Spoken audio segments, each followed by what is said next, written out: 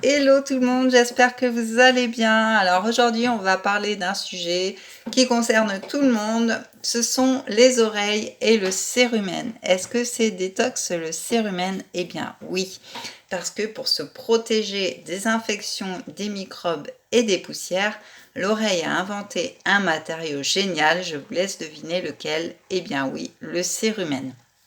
Alors, vous connaissez tous cette substance épaisse, jaunâtre, cireuse, qui est fabriquée par les glandes cérumineuses.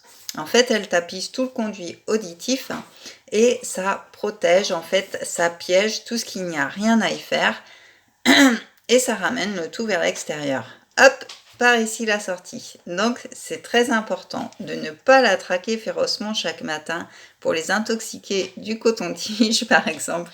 C'est une très mauvaise idée parce que si vous enlevez tout le cérumen, vous ne serez plus protégé contre les microbes.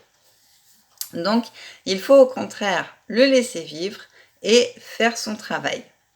Donc en outre, jouer du coton-tige trop souvent empêche le travail du tapis roulant et ça réintroduit les indésirables en fait, dont l'oreille cherche précisément à se débarrasser.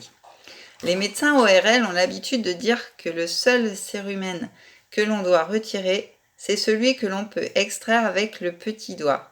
Et oui, l'auriculaire n'est pas là par hasard, il est fait pour nettoyer notre petite oreille. Vous voyez l'idée un peu? Tous les doigts servent à quelque chose, mais ça ce sera un autre sujet bien sûr. Donc, l'oreille est un organe auto-nettoyant. La douche du quotidien suffit amplement pour éliminer en douceur ce qui doit l'être. Donc, passez un petit pommeau de douche et puis baissez votre tête et voilà, cela suffit. Si vous tenez vraiment à vous débarrasser d'un excès de cérumen à l'aide d'un coton-tige, cantonnez ce dernier juste au pavillon de l'oreille qui se trouve ici. Il n'y a rien à faire dans le conduit auditif. Et utilisez-le de temps à autre seulement, sinon vous risquez une otite ou un bouchon de cérumen. Vous avez aussi des petits embouts spéciaux maintenant qu'ils font et du coup voilà, ça laisse un trou et du coup ça empêche le cérumen de s'enfoncer et d'en enlever trop. Donc évitez les sprays auditifs, c'est très mauvais, qui chez certaines personnes peuvent repousser les impuretés vers le fond de l'oreille et là vous avez un risque d'otite et ça laisse la zone humide, donc aussi un risque de mycose. Donc les bouchons d'oreille, ça protège les tympans aussi. Donc un des plus gros tox pour l'oreille, c'est bien sûr le bruit. Les bouchons classiques anti-bruit, d'accord, vous connaissez. Ceux qui atténuent la pression dans l'avion ou le train, peut-être aussi. Mais ceux pour la natation, c'est un bon plan pour éviter les otites et surtout l'épouvantable sensation d'oreille bouchée. Et ceux pour le bricolage aussi, qui épargnent le supplice de la perceuse, de la tondeuse, de la tronçonneuse, de la débroussailleuse.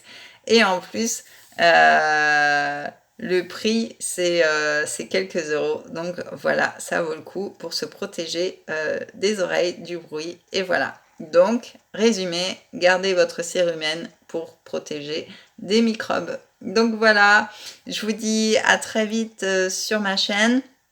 Abonnez-vous, pensez à la petite cloche pour avoir toutes les vidéos en temps et en heure. Vous pouvez me suivre aussi sur Facebook, sur Instagram. Vous cliquez juste au-dessus sous mon nom, vous avez Facebook, Instagram.